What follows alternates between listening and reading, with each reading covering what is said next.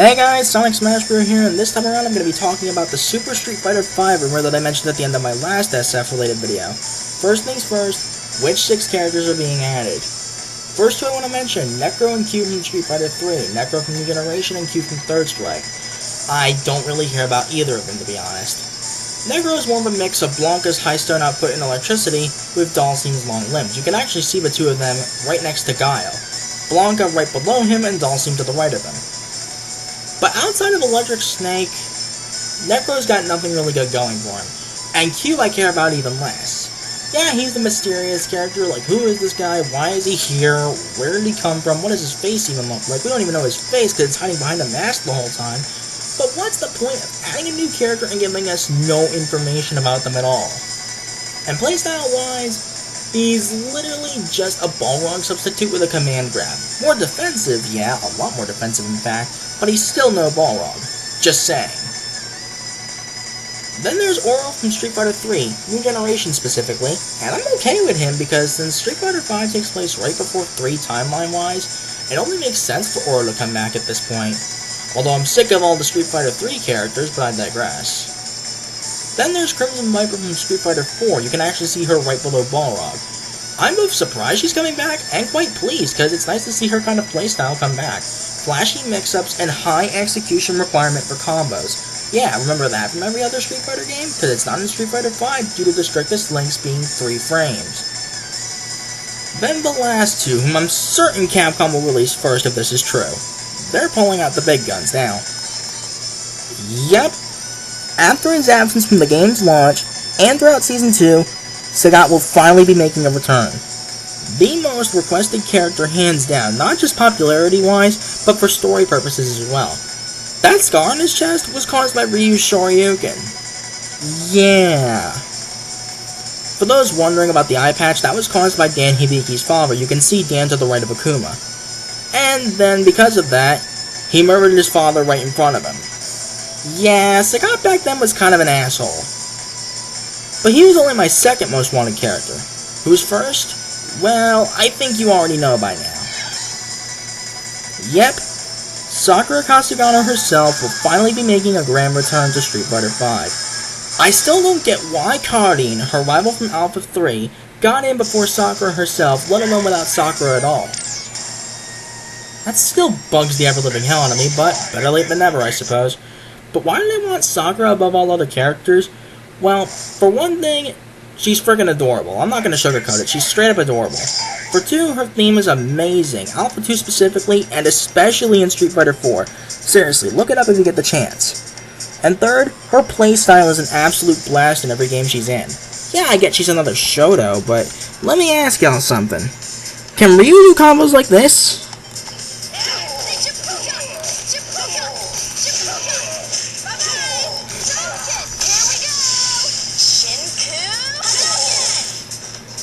I don't think he can. Yeah, Sakura is not only very mix-up heavy, but has a lot of really high combo-related styles. Like, she's basically got a lot of long combos. You want proof of this? Look at Chris G's Sakura, back when he was playing her in SF4. Long, demoralizing combos, 27 hit combos even. And Justin Wong did one with 42 hits.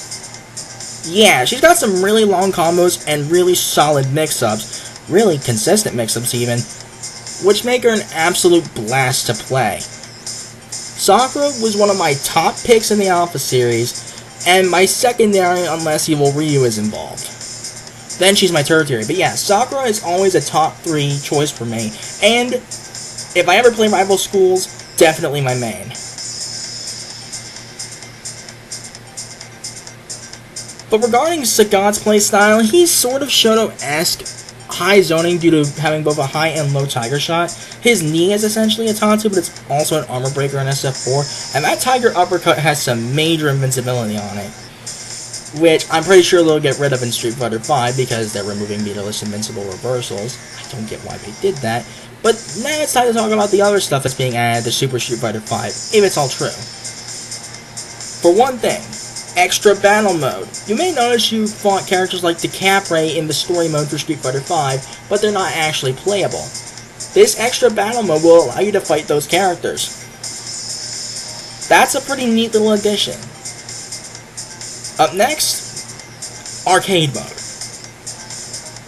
This was by far the most requested addition from the beginning, and everybody was giving this game shit, my best game in Street Fighter V, for not having an arcade mode in the first place, which has been in every other game up to this point.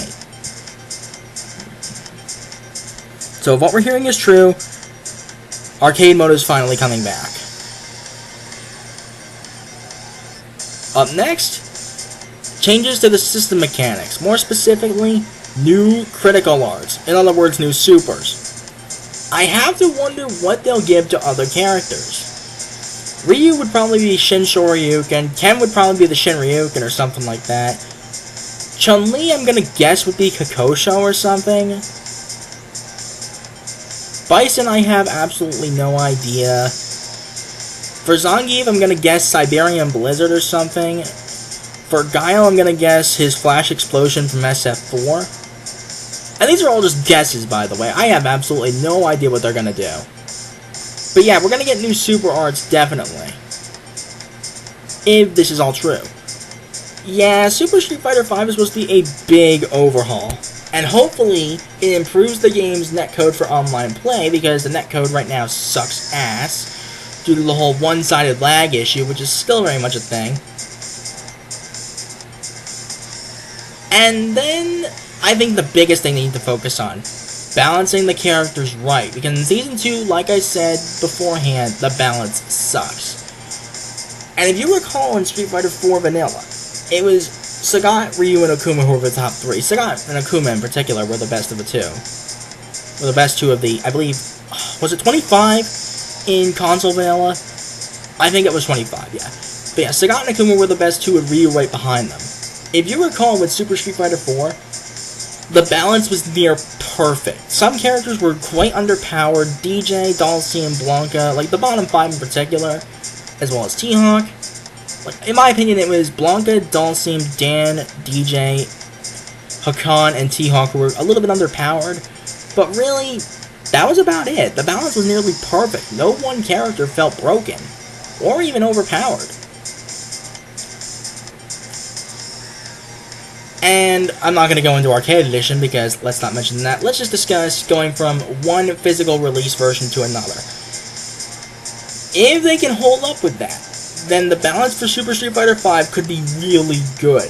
Arguably as balanced as Super Street Fighter 4, which I will argue is the most balanced Street Fighter game, with Turbo Hyper Fighting close behind it and Ultra Street Fighter 4 in third. That's just my opinion, but yeah. But yeah, my point still stands here. In Vanilla, it was Sagat who was a bit overpowered. In Season 2.0, for example, and like I mentioned, it was Guile, Urien, Balrog, Laura, Cammy. In 2.5 was Balrog, Guile, Cammy. If they do another physical release or a free update for Super Street Fighter V and actually take the time like I think they will, the balance could become nearly perfect again. I'm talking, Juri could actually be a legitimate character. Chun-Li could be almost as threatening as she was back in Season 1, same for Nash. Ryu could be about as threatening as he should be, which is strong, not broken. See, for example, Super Turbo, like I mentioned, SF2 Turbo Hyper Fighting, Alpha 2, what have you. Ken could also be given the same treatment. The Shotos could actually be good again. Every other character could be really good, without being overpowered like Balrog, Guile, and Cammy currently are. What I'm saying is, a new physical release like Super Street Fighter V could be exactly what the game needs to bring back a lot of players who left the game, or bring players into the game that didn't even give it a chance.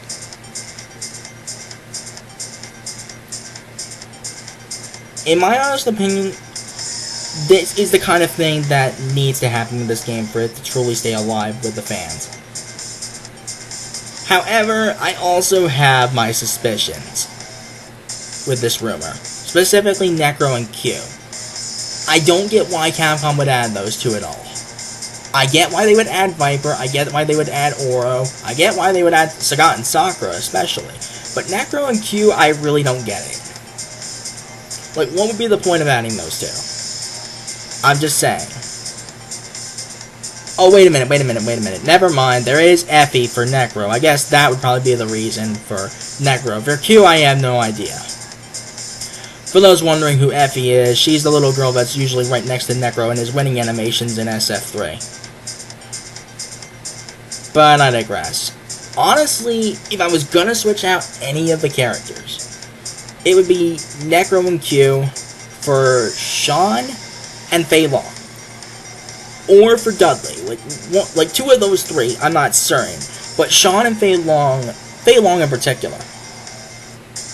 And then it would be either Sean or Dudley. I honestly would think Sean would make more sense because we actually see him in the cinematic story mode. But yeah. That was just my opinion, but if this is true, then okay, fine. But I don't think anyone's going to play Necro or Q at all. I'm just saying. But yeah, I think, like I said, the Super Street Fighter V rumor, if it's true, it's exactly what Street Fighter V needs to stay alive. I know Capcom said they aren't going to do any more physical re-releases, but I think at this point they're kind of forced to play their hand because not a lot of people like Season 2 at all. 2.5 was only somewhat better, but it's still a bad season overall for a lot of players, and a lot of players have actually left the game. In Season 1 they were there, a lot of players have actually left the game. Now, I know you're going to say it's mostly Ryu and Ken players who left. No, a lot of players in general left the game. Snake Eyes himself has said that he likes Season 1 more because more defensive options. No, that was Justin Wong who said he likes Season 1 more because more defensive options, but all the pro players want more defensive options. So, I think Super Street Fighter V could be exactly what the game needs. I think it's exactly what Capcom needs, so they can take their time with balancing the game and figuring out what exactly they need to do with it.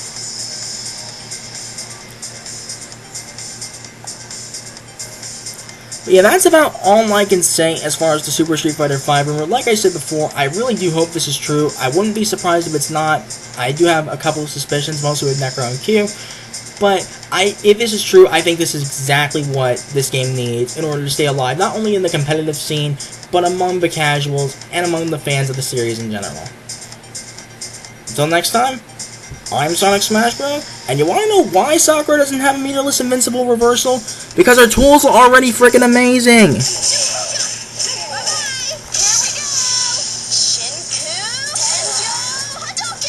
And yes, she can aim her Ultra upwards. It's awesome.